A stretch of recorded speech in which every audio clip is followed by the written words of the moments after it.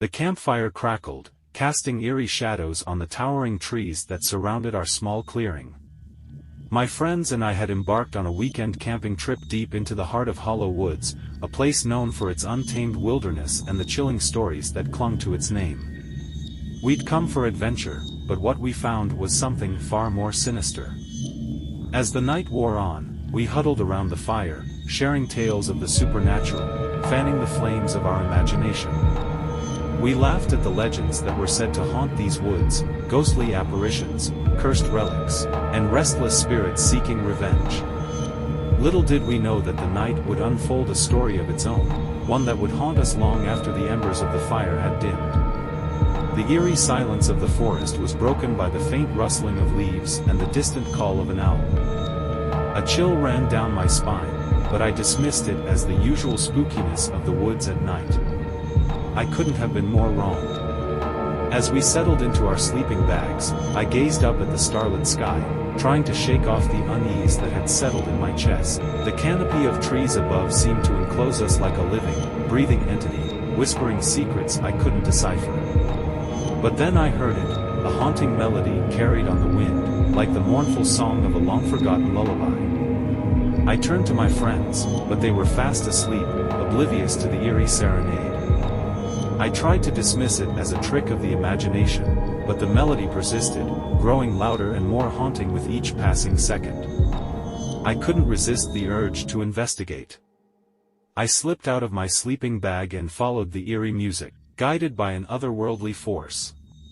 The forest seemed to stretch and contort around me, its shadows coming to life, twisting and dancing in a sinister ballet.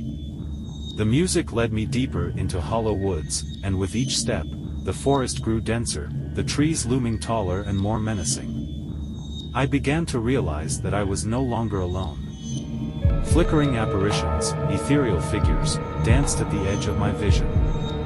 They beckoned me forward, their ghostly hands outstretched. Fear coursed through my veins, but I couldn't turn back. The melody reached its crescendo, and I found myself standing before a long-forgotten, crumbling cabin. Its windows were shattered, and its time-worn walls seemed to breathe with malevolence.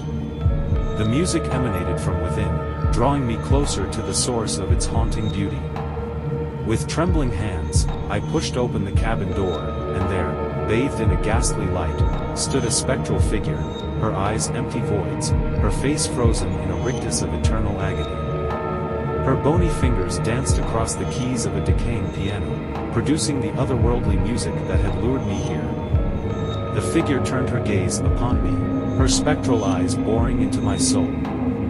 She beckoned me to her side, her voice a mournful whisper that echoed through the cabin.